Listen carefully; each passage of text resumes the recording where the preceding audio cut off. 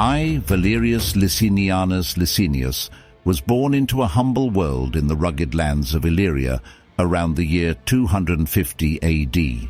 My family was of peasant stock, hard-working and resilient, much like the land that reared us. The simplicity of our lives revolved around the rhythms of the seasons, with farming and livestock herding at its core. From a young age, I was familiar with toil, endurance, and the unyielding spirit necessary for survival in our harsh yet beautiful homeland. Illyria, located on the western Balkan peninsula, was a place of majestic mountains and fertile valleys, rich in history and culture. Despite its rustic nature, it was a land that bred warriors, and my early life was steeped in the martial traditions of my people. My father, Lucius, was a veteran of the Roman legions, having served with distinction under Emperor Aurelian. He imparted to me not only the skills of warfare, but also the virtues of discipline, loyalty, and honor. My mother, Julia, was a woman of great fortitude and wisdom, who managed our household with a stern yet loving hand. Education in our household was pragmatic. While my father taught me the art of combat, my mother ensured I was versed in the fundamentals of reading, writing, and arithmetic. We could not afford the luxury of a formal education, but our modest means did not stifle my thirst for knowledge. Through the goodwill of a local priest, I gained access to texts on Roman law, history, and philosophy. These works opened my eyes to the broader world and the rich tapestry of Roman civilization. As I grew older, my physical prowess and leadership abilities became evident. I joined the Roman army, following in my father's footsteps. It was here that I found my true calling. The military life suited me well, offering a clear path for advancement based on merit and valor. My rise through the ranks was steady, as I distinguished myself in numerous campaigns along the Danube frontier. My superiors took notice, and I was eventually appointed as a tribune. It was during these years of service that I formed enduring friendships with key figures in the empire, most notably with Galerius. Galerius, who would later become an emperor himself, was a man of great ambition and intellect. We shared a bond forged in the crucible of battle and tempered by our mutual respect and aspirations. Often we would sit for hours in my family's atrium, discussing the complexities of politics and the future of the empire. His insights and guidance were instrumental in shaping my career. Around this time, the Roman Empire was a realm fraught with internal strife and external threats. The Diocletianic reforms were attempting to stabilize the empire through a tetrarchy, a system of rule by 4 emperors. This period of change and upheaval offered opportunities for those bold enough to seize them. Galerius, recognizing my potential, became my patron, paving the way for my eventual ascension. In 303 AD, I was summoned to the imperial court.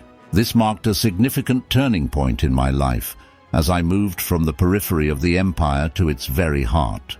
Here, I encountered the complexities of imperial politics, a world where power was both a tantalizing lure and a dangerous game.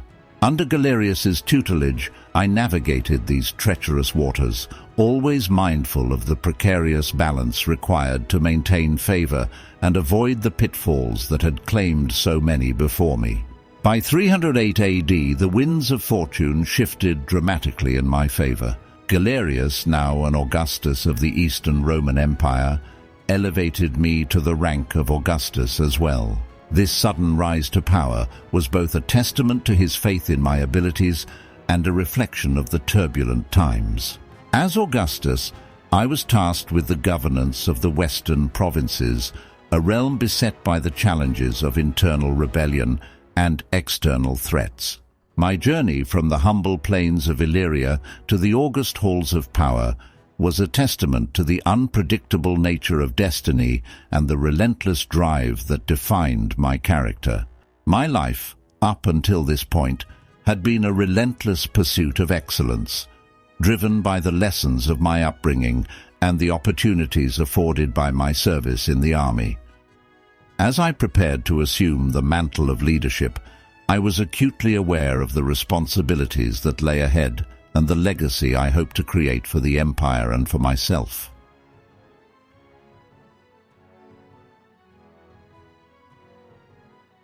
The year was 308 AD, a year that marked a pivotal moment in my life and the broader tapestry of Roman history. My ascension to the throne was not the result of birthright or inheritance, but rather the culmination of merit, strategic alliances, and the benevolence of my mentor and friend, Galerius. Galerius, a formidable and astute leader, had risen to become one of the most powerful figures in the empire. Our friendship, forged in the fires of numerous military campaigns, was instrumental in my rise. He saw in me a capable ally and a loyal supporter, someone who could help him maintain the delicate balance of power within the tetrarchy. It was during one of our many discussions in the atrium of my family home, surrounded by the familiar scent of olive oil and the distant murmur of the sea, that Galerius confided his plans to elevate me to the rank of Augustus. "My friend," Galerius began, his voice tinged with both warmth and gravity, "the empire is at a crossroads. We need strong, capable men to steer it through these turbulent times. I have watched you grow, not just as a warrior, but as a statesman. The time has come for you to step into the light and take your place among the rulers of Rome." His words resonated deeply within me. I understood the magnitude of the task at hand and the challenges that lay ahead. The Roman Empire was a vast and intricate entity, its stability perpetually threatened by internal discord and external aggression. To govern such a realm required not only strength and cunning, but also a deep understanding of the political landscape. On that fateful day in November 308 AD, in the city of Carnuntum, Galerius formally elevated me to the rank of Augustus. The ceremony was grand and solemn, attended by the prominent figures of the empire. As I stood before the assembled dignitaries, clad in the purple robes of my new office, I felt a profound sense of responsibility. The title of Augustus was not merely a mark of honor, it was a commitment to the people of Rome and the preservation of its glory. My initial realm of governance was the western provinces, an area fraught with challenges. Italy, Africa, and Spain were under the control of the usurper Maxentius, while Constantine ruled over Gaul and Britain. This left me with Pannonia, a strategic but contested region. Nevertheless, I embraced the challenge, determined to prove my worth and solidify my position. The years that followed were marked by a series of strategic maneuvers and military campaigns aimed at consolidating my power. The death of Galerius in 311 AD brought new opportunities and responsibilities. I moved swiftly to take over his European dominions, expanding my influence and strengthening my position within the empire. This period was crucial in establishing my authority and setting the stage for future confrontations with rivals. A significant turning point came in 313 AD when I married Constantia, the half-sister of Constantine. This alliance was both a personal and political triumph, symbolizing a bond between two powerful factions within the empire. The marriage was celebrated with grandeur, and the union was hailed as a beacon of hope for the empire's unity. Later that year, I achieved a decisive victory over Maximinus at the Battle of Cirallum. This battle was a testament to my military acumen and the loyalty of my troops. Pursuing Maximinus into Asia, I finally cornered him, leading to his death and the subsequent consolidation of the eastern half of the empire under my control. These victories were not just personal triumphs. They were pivotal moments in the ongoing struggle to maintain the integrity and stability of the Roman Empire. My friend Galerius had always emphasized the importance of strength and unity in leadership. As I stood victorious, I could not help but reflect on our many conversations and his unwavering belief in my potential. His guidance had been instrumental in my rise, and his legacy lived on through the actions I took and the decisions I made. With the empire under my dominion, I was acutely aware of the delicate balance of power that needed to be maintained. My relationship with Constantine, now my brother-in-law, was marked by both cooperation and tension. We had a brief accord, but the seeds of rivalry were ever present, foreshadowing the conflicts that would later arise. As I looked out over the vast expanse of the empire from my seat of power, I knew that my journey was far from over. The path ahead was fraught with challenges, but I was resolute in my determination to leave an indelible mark on the history of Rome. My ascension was only the beginning. The true test of my reign was yet to come. As the year 313 AD dawned, I found myself at the zenith of my power. The victories over Maximinus and the consolidation of the eastern provinces had bolstered my standing within the empire. With the western provinces under my command and the eastern territories secured, I turned my attention to governance, striving to stabilize and strengthen the empire amidst the ceaseless tides of change.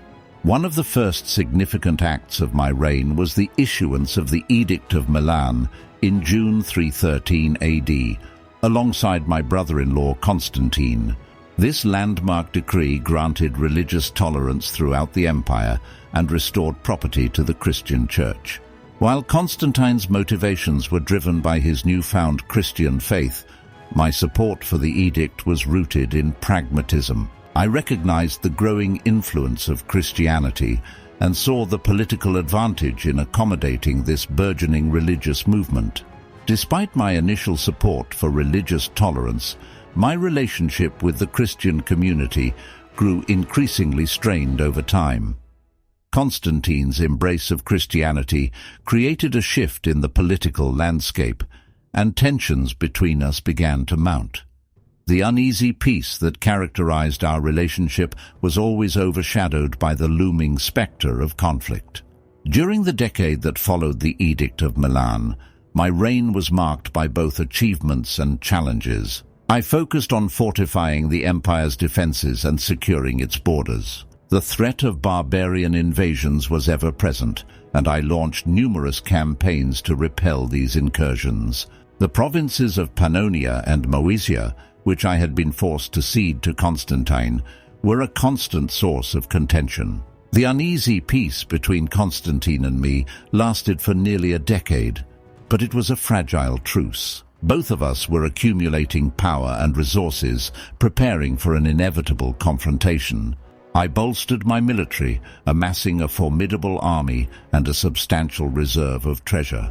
This period of preparation was crucial, as I understood that the final struggle for supremacy would be fierce and unforgiving.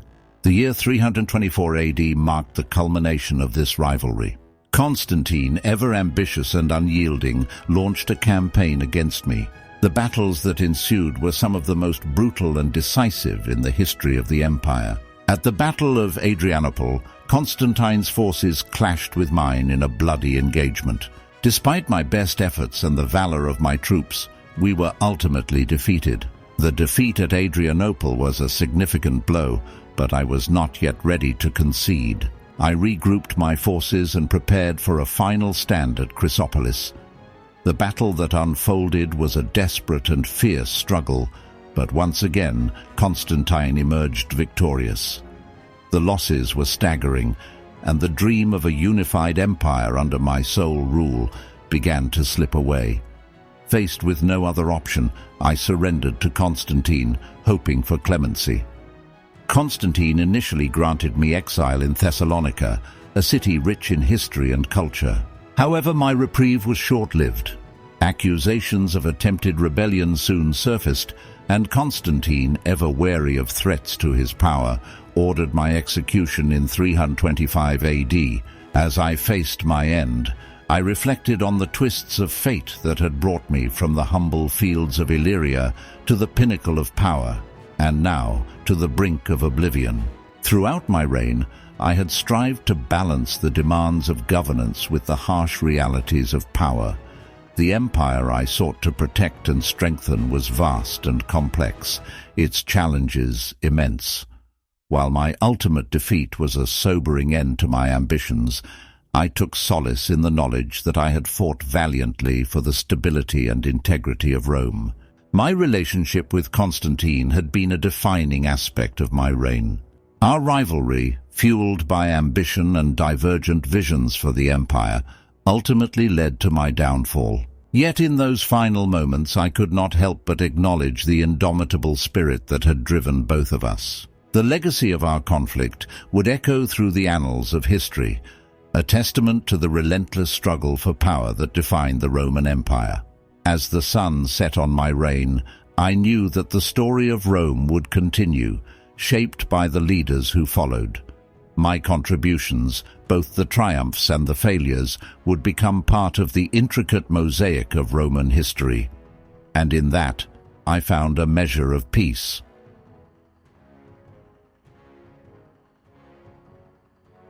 In the autumn of 324 AD, I found myself exiled to the city of Thessalonica, a place of tranquil beauty and rich heritage.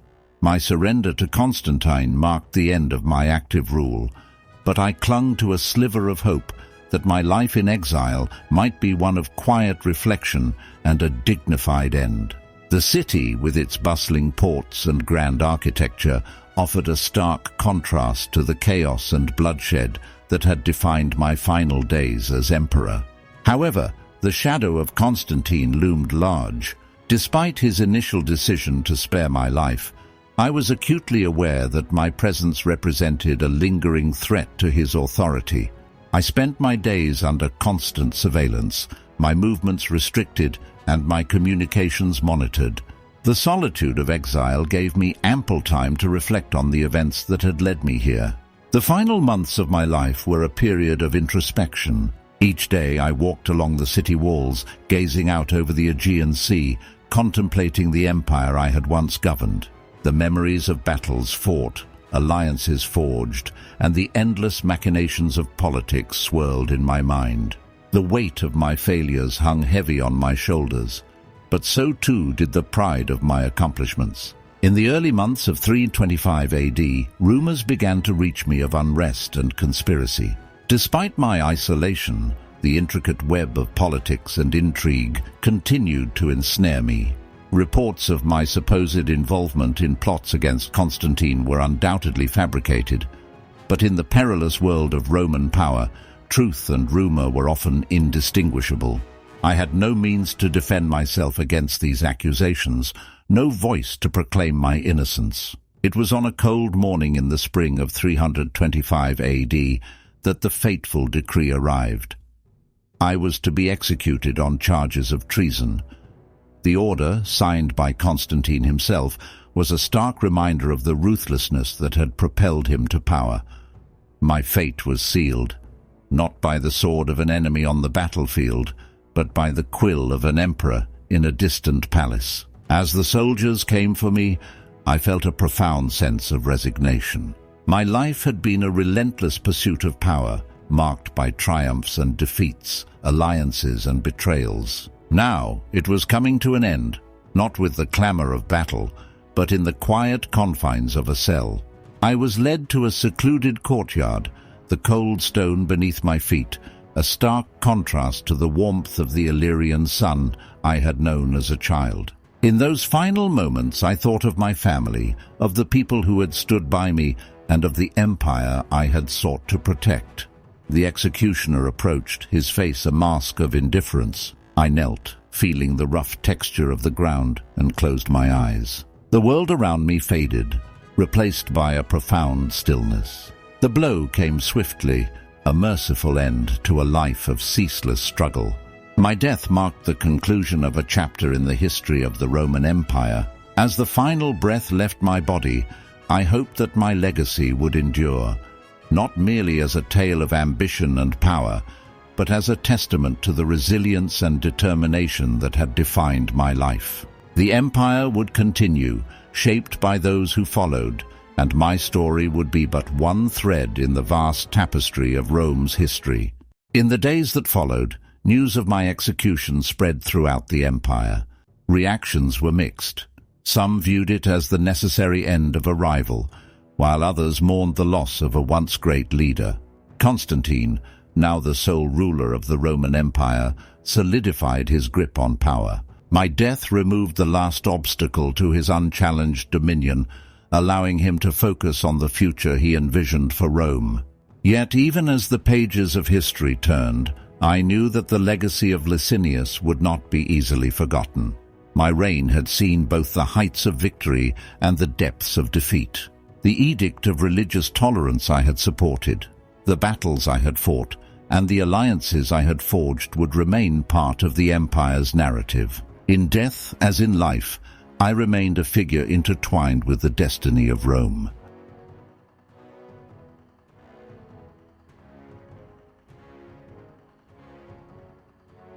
In the aftermath of my death, the Roman Empire stood at a pivotal juncture. My rival, Constantine, had emerged as the undisputed ruler, ushering in a new era of imperial governance. Yet, even as the empire moved forward under his singular vision, the impact of my life and reign left an indelible mark on Roman history. My legacy, Valerius Licinianus Licinius, is multifaceted, characterized by both commendable achievements and contentious decisions. To some, I am remembered as a skilled military leader and a pragmatic ruler who navigated the complexities of a fracturing empire.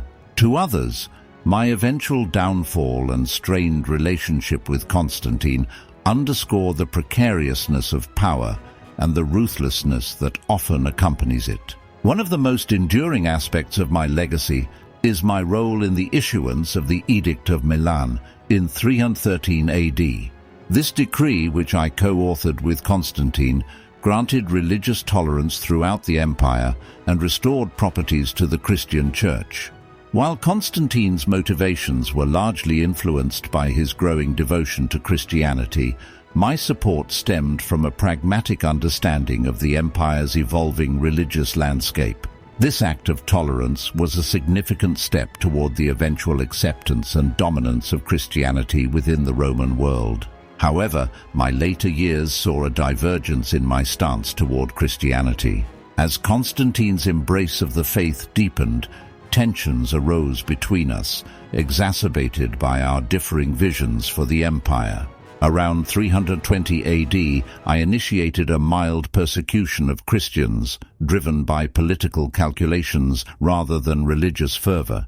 This shift led to a complex and often contradictory portrayal of my relationship with the Christian community.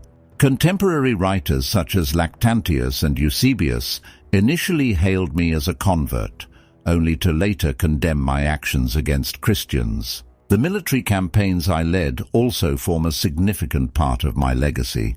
My victories over Maximinus and the subsequent consolidation of the eastern provinces were pivotal moments in the history of the empire. These achievements demonstrated my strategic acumen and the loyalty I commanded among my troops.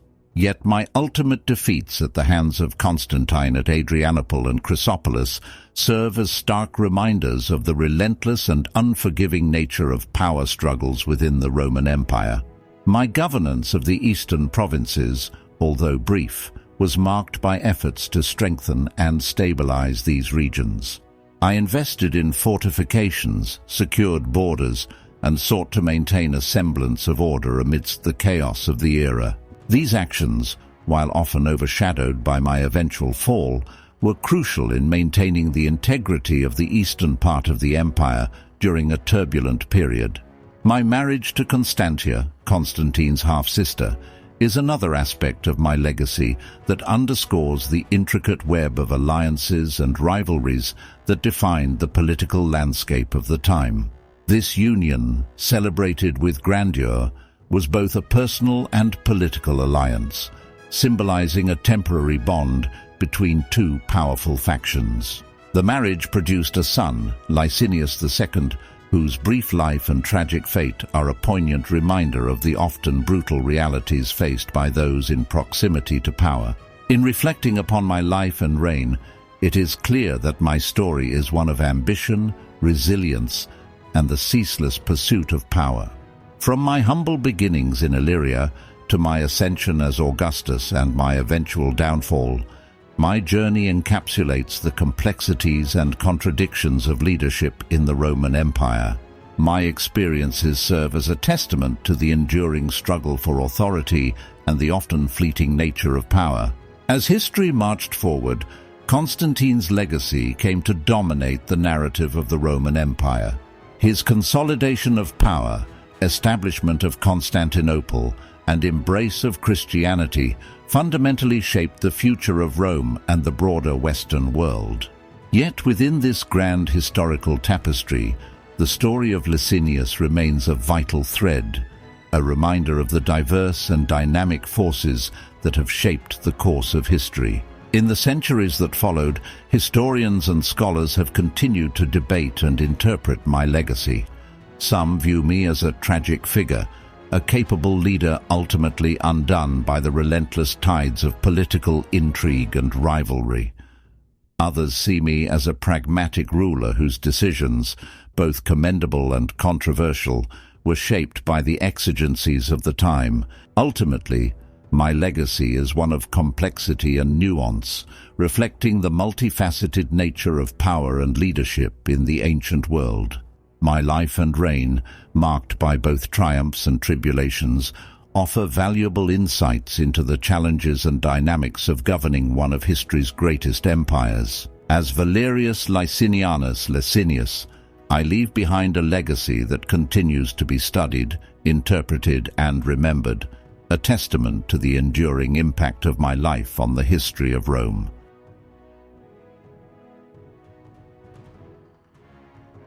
Thank you for watching. Our channel, known as the Renaissance Spirit, is dedicated to the pursuits of a just, equitable, and humanitarian world. Video topics encompass areas including history, politics, religion, personal development, society, culture, social and environmental justice, and other topics of liberal arts and sciences, including ancient Rome and the Roman Empire, which is a great comparison and contrast of the modern world. Topics perfect for the true modern polymath. The Renaissance ushered in a golden age and the pursuit of knowledge both lost to time and yet to be discovered. It gave birth to the Enlightenment and the Age of Reason. Embracing truth, knowledge, and an understanding and compassion for humanity and our shared history opens up the world to each of us, individually, and improves all of humanity, affording us the opportunity to be better stewards of the earth and to each other. The Renaissance spirit, more than just a philosophy or style, but a style for living, learning, growing, and thinking. Please subscribe, turn on notifications, and share. If you're looking to explore and experience what life has to offer, I'm sure you'll enjoy the other videos on my channel. Please peruse and let me know in the comments what you get out of them and what other videos you'd like to see. But first, please take the quiz next to see if you're a Renaissance spirit. Live the Renaissance spirit.